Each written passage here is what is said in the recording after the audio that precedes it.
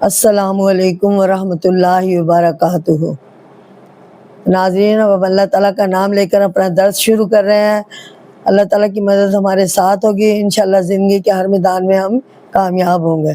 اعوذ باللہ من الشیطان الرجیم، بسم اللہ الرحمن الرحیم۔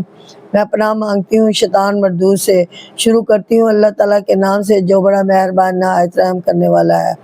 ناظرین، اب میں آپ کے سامنے قرآن پاک کی سورۃ آل عمران اور اس کی آیت نمبر 92، جس کا عنوان ہے قربانی کا معیار، ترجمہ اور بھی تفسیر آپ کے سامنے پیش کر رہی ہوں۔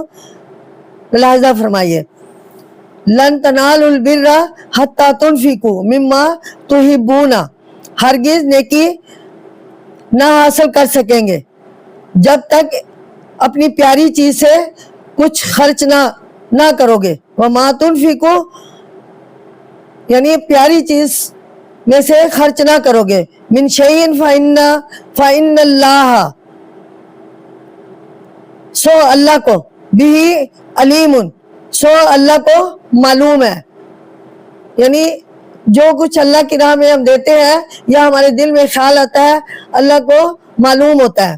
تو اس آیات کی تفسیر کچھ اس طرح ہے کہ انسان کی زندگی اپنی لذتوں کے حصول اور عزت و شہرت، مال و دولت، ریاست اور سرداری کے طلب میں گزارتے ہیں، اور انہی سے انسان بہت زیادہ محبت کرتا ہے۔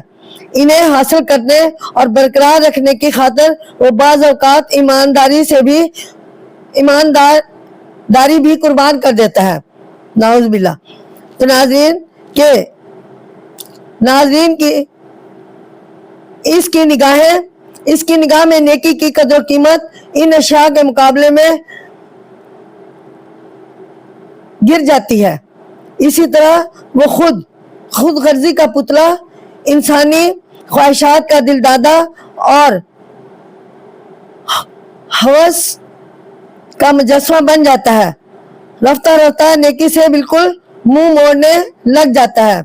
تو ناظرین، جب تک انسان کے دل سے خود غرضی کی جڑ نہ جب تک انسان کے دل سے خود غرضی کی جڑ نہ اکھاڑ دی جائے، اسے ہر شے سے بڑھ کر نیکی کے ساتھ محبت کرنا نہ سکھایا جائے، تو وہ راست باز نہیں بن سکتا۔ جو آدمی نیک کام میں اپنی محبوب سے محبوب شے کو بھی قربان کرنے کے لیے تیار ہو جاتا ہے، اس کے اخلاص، نیک نیتی اور خدا پرستی نیک پرستی میں شک کی گنجائش نہیں رہتی۔ دراصل خود غرضی تمام برائیوں کی جڑ ہے اور اخلاص سب نیکیوں کی جان ہے۔ یہود اور نصارہ مال و دولت سے محبت کرتے تھے۔ انہیں اپنی ملت کے ان پڑھ لوگوں پر اقتدار اور سرداری حاصل تھی۔ وہ یہ چیز انہیں بہت عزیز تھی۔ انہیں ڈر تھا کہ اگر وہ نبی آخر الزمان صلی اللہ علیہ وسلم پر ایمان لے آئے اور ان کی اطاعت قبول کر لی تو ان کی ریاست، طاقت جاتی رہے گی۔ تو ناظرین، اس وجہ سے وہ ایمان لانے سے گریز کرتے رہے، حالانکہ ان کی کتابوں میں آخری نبی حضرت محمد مصطفیٰ صلی اللہ علیہ وسلم کا اور قرآن پاک کا ذکر تھا، اور انہیں جیسے نبی پاک صلی اللہ علیہ وسلم پیدا ہوئے انہوں نے پہچان لیا تھا کہ یہی آخری نبی ہے۔ حسد کی بنا پر وہ ایمان نہیں لاتے تھے۔ انہیں اللہ تعالیٰ نے فرمایا کہ جب تک تم اپنی عزیز ترین شے کو قربان کرنے کے لیے تیار نہ ہوں گے، تم نیکی حاصل نہ کر سکو گے۔ یہ بات بھی اللہ تعالیٰ کے علم میں ہے کہ کس شخص نے کون سی چیز خرچ کی ہے اور کس کے لیے خرچ کی ہے۔ جتنی محبوب چیز اللہ کی راہ میں خرچ کی جائے گی، اسی کے مطابق اللہ تعالیٰ کے ہاں سے بدلہ پائیں گے۔ اللہ تعالیٰ نے نیکی کا معیار برقرار کر دیا کہ اپنے عزیز ترین اور سب سے محبوب شے ہمارے راہ میں خرچ یا ہماری راہ میں قربان کر دو، اسے سب سے بڑی نیکی سمجھا جائے گا اور اللہ کریم اس کی قدر فرمائے گا۔ تامین۔ اب میں آپ کے سامنے قرآن پاک کی سورۃ بقرہ اور اس کی آیت یعنی اسی 92 آیت کا ہی تھوڑا سا بقیہ حصہ پیش کرتی ہوں، اور اس کو عنوان الگ سے دیا ہے بنی اسرائیل میں حلال اور حرام میں فرق۔ تو کل الطعام کان حلال لبنی اسرائیل، بنی اسرائیل کو سب کھانے کی چیزیں حلال تھی مگر الا ما حرم اسرائیل علی نفسہ، مگر جو اسرائیل نے اپنے اوپر حرام کر لی تھی، یعنی اسرائیل علی نفسہ من قبل، مگر اسرائیل نے اپنے اوپر حرام کر لی تھی توریت من قبل ان تنزل التوراۃ، توریت نازل ہونے سے پہلے۔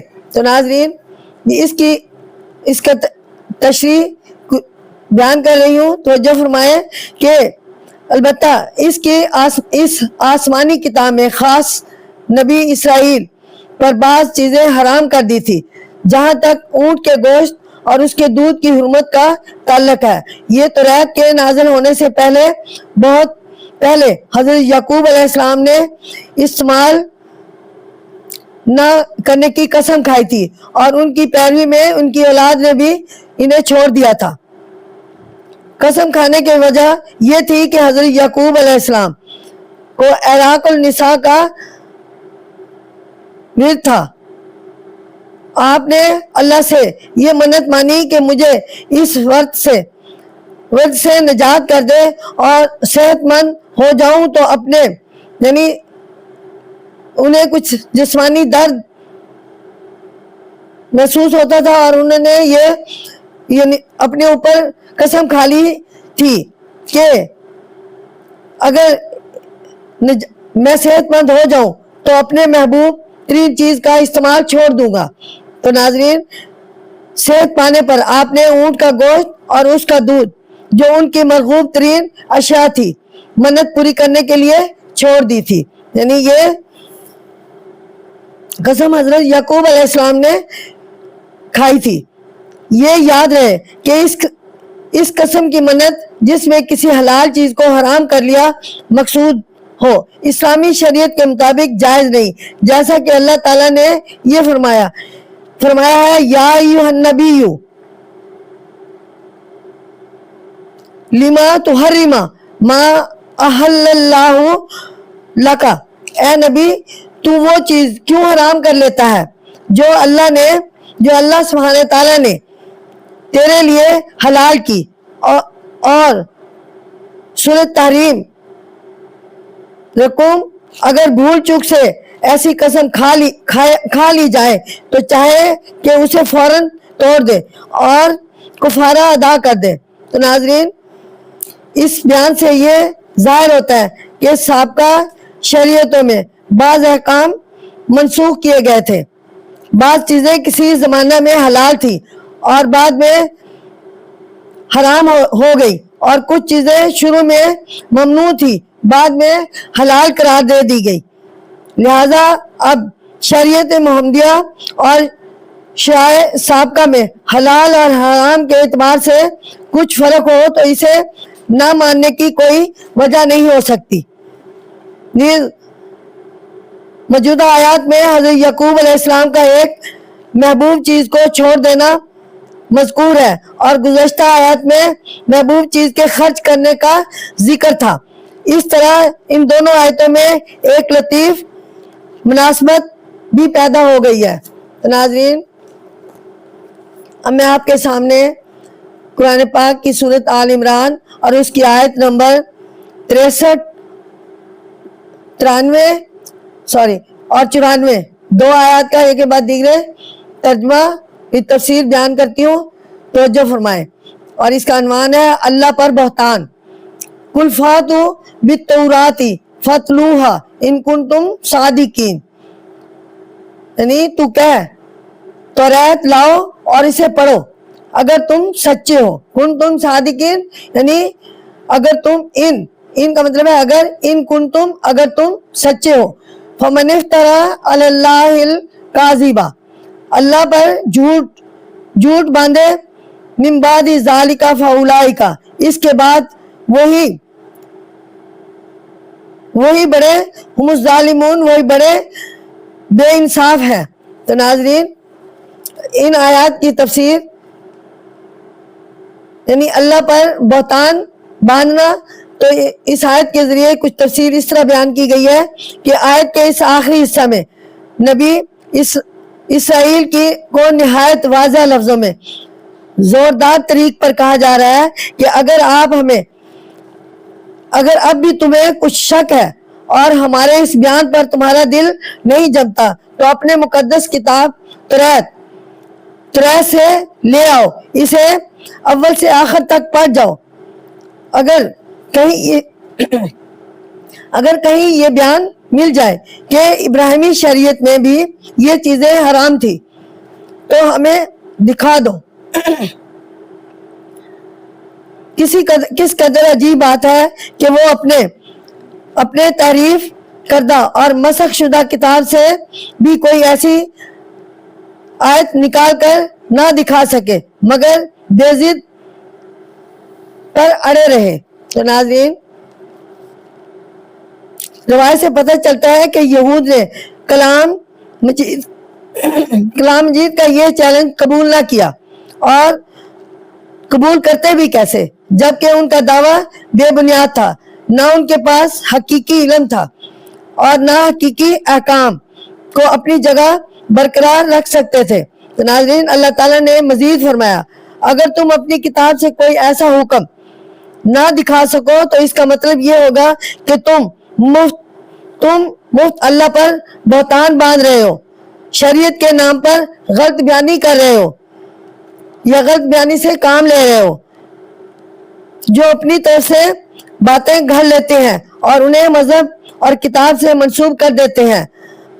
ایسا کرنے والے ناانصاف ظالم لوگوں میں شمار ہوتے ہیں، اور حقیقت یہی ہے کہ دنیا میں اس سے بڑا ظلم نہیں ہو سکتا کہ بندہ اپنی بات کو خدا کی بات قرار دے، نعوذ باللہ، بندہ ہو کر خدائی دعوے شروع کر دے۔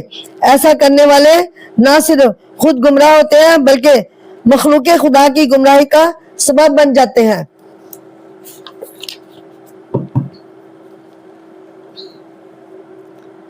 ناظرین اب میں آپ کے سامنے قرآن پاک کی سورۃ آل عمران اور اس کی آیت نمبر 95 جس کا ترجمہ و تفسیر بیان کرتی ہوں، ملت ابراہیمی کا اتباع۔ تو اس آیت کی ترجمہ ہے کل صدق اللہ فاتبعوا ملت ابراہیم حنیفہ۔ تو کیا اللہ نے سچ فرمایا، اب ابراہیم حنیف کے دین کے تابع ہو، وما کان من المشرکین اور وہ شرک کرنے والے نہ تھے۔ تو ناظرین اس آیت کی تفسیر بیان کر رہی ہوں کہ گزشتہ آیت میں حلال اور حرام نیز حضرت ابراہیم علیہ السلام کے دین سے متعلق اصل حقائق بتانے کے بعد اللہ تعالی نے اس آیت میں رسول کریم سے کہا کہ تو کہہ اللہ کا کلام سچا ہے، اس نے حلت اور حرمت کے علاوہ اسلام اور محمد صلی اللہ علیہ وسلم کے بابت سچی اور کھری باتیں تمہیں سنا دی ہیں، ان پر کسی قسم کا شک و شبہ نہیں ہے۔ ملت ابراہیمیہ حنیفہ یعنی حضرت ابراہیم علیہ السلام حنیف کا دین لفظ ملت اردو زبان میں صرف جماعت اور قوم کے لیے استعمال ہوتا ہے، خصوصاً مذہبی اور دینی جماعت، لیکن عربی زبان میں یہ لفظ جماعت کے علاوہ خود دین اور مذہب کے معنی میں بھی بولا جاتا ہے۔ حنیف کے لفظی معنی ہے یک رخ، جو سب سے منہ موڑ کر صرف ایک طرف رخ کر لے اور سب سے کٹ کر ایک کا ہو جائے۔ حنیف حضرت ابراہیم علیہ السلام کا لقب بھی ہے اور ان کی زندگی اس لفظ کے ایک مکمل تشریح ہے۔ انہوں نے اللہ سبحانہ تعالیٰ پر بزرگ اور برتر کے لیے خاندان کو، برادری اور ملک کو چھوڑ کر بتوں کو توڑ، ستاروں سے منہ موڑ، آگ میں گرنا منظور کیا، بیوی بچہ کو چھوڑنا گوارا کر لیا، بیٹے کو قربان کرنا منظور کر لیا، غرض رضا الہی کی خاطر ہر ممکن قربانی دی۔ یہود و نصارہ اس بات پر بڑا فخر کرتے تھے کہ حضرت ابراہیم علیہ السلام ان کی نسل سے ہیں۔ وہ ساتھ ہی ساتھ اس چیز کا دعویٰ بھی کرتے تھے کہ حضرت ابراہیم علیہ السلام کا اصل مذہب انہی تک سینہ بہ سینہ پہنچا ہے۔ قرآن مجید نے یہ واضح کر دیا کہ بنی اسرائیل اگرچہ حضرت ابراہیم علیہ السلام کی اولاد سے ہیں، لیکن وہ مذہب میں قطعی طور پر ان کے پیرو نہیں تھے۔ حضرت ابراہیم علیہ السلام خالص توحید پرست تھے، شرک کے قریب بھی نہ بھٹکتے تھے، لیکن بنی اسرائیل مادہ پرست ہے، اپنے پیغمبروں اور راہبوں کی پوجا کرتے ہیں، معمولی لالچ میں آ کر ایمان بیچ ڈالتے ہیں، احسار و قربانی سے دور بھاگتے ہیں، ریاضت اور جدوجہد سے کتراتے ہیں۔ ان حالات میں انہیں حضرت ابراہیم سے کیا نسبت ہو سکتی ہے؟ مذکورہ بالا دلائل سے یہ بات واضح ہوتی ہے کہ بنی اسرائیل کے بجائے مسلمان ابراہیم علیہ السلام کے زیادہ قریب ہیں، کیونکہ حضرت ابراہیم علیہ السلام کی طرف توحید باری کے قائل ہیں، تسلیم اور رضا کے پابند ہیں، اطاعت و فرما برداری کا شیوا ہے۔ اس لیے یہودی جو زبانی طور پر حضرت ابراہیم علیہ السلام کے پیروکار ہونے کا دعویٰ کرتے ہیں تو یہ سراسر غلط ہے۔ انہیں چاہیے کہ مسلمانوں کی طرح سچے دل سے حضرت ابراہیم علیہ السلام کا اتباع کریں، شرک چھوڑ کر توحید اختیار کریں، شر اور بغاوت چھوڑ کر ایمان اور یقین حاصل کریں۔ تو ناظرین، اب ہمارا درس اختتام کو پہنچا، اجازت چاہتی ہوں، آئندہ انشاءاللہ ہدایت سے بھرپور درس لے کر آپ کی خدمت میں حاضر ہوں گی، اور اللہ تعالیٰ سے دعا کرتے ہیں کہ اللہ تعالیٰ مجھے آپ کو سمجھانے کی اور آپ کو سمجھنے کی توفیق عطا فرمائے۔ شکریہ۔